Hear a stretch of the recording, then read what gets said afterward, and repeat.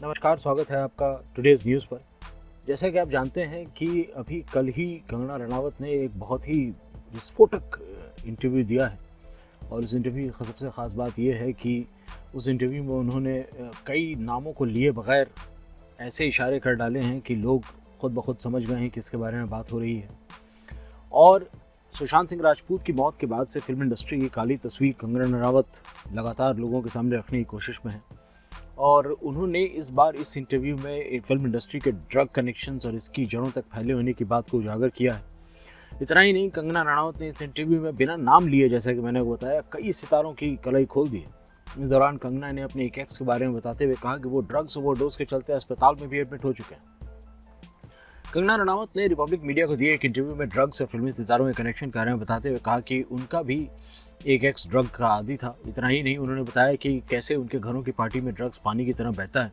रनावत के खुलासा करते हुए उन्होंने ये भी कहा कि वो जो एक्स हैं उनके, वो ड्रग्स के चलते अस्पताल में भी भर्ती हो गए थे, जिसके बाद जाकर उन्होंने अपनी इस आदत से तौबा की थी। इतना ही नहीं, इस बारे में उन्होंने आगे बताते हुए कहा कि कैसे उस स्टार के साथ उनके अफेयर कर रहे हैं बात पता चलने पर उनके परिवार ने कंगना को बीमार बताने की कोशिश की थी।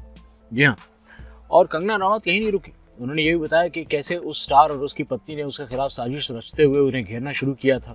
इसके बाद उनका तलाक भी हुआ, लेकिन वो अभी भी साथ साथ रहते हैं। हालांकि इस दौरान एक बार कंगना रनावत ने उस स्टार का नाम नहीं लिया, लेकिन ये बात तो क्लियर है कि जिस स्टार के बारे में बात कर रही थी वो और कोई नहीं बल्कि ऋतिक रोशन थे। ऐसी परिस्थिति में जो है, बिना सबूत के या बिना किसी एक ठोस वजह के इस तरह की बातें करना जो है बहुत मुश्किल काम होता है।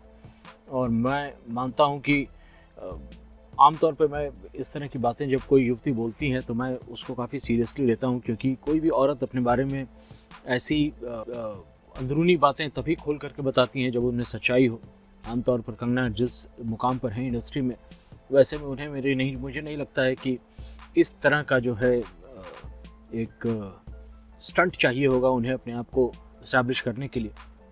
जहाँ तक सवाल उठता है सुशांत सिंह राजपूत के मामले में, ईडी की जांच में रिया चक्रवर्ती की डिलीटेड चैट्स के केस में जो है वो ड्रग्स का एंगल एक बहुत बड़ा अब एंगल बन चुका है और रिया चक्रवर्ती को लेकर नारकोटिक्स कंट्रोल ब्यूरो भी एक्टिव हो गया है और जल्द ही जो है इस एक्ट्रेस से बातचीत कर सकता है नारकोटिक्स ब्यूरो।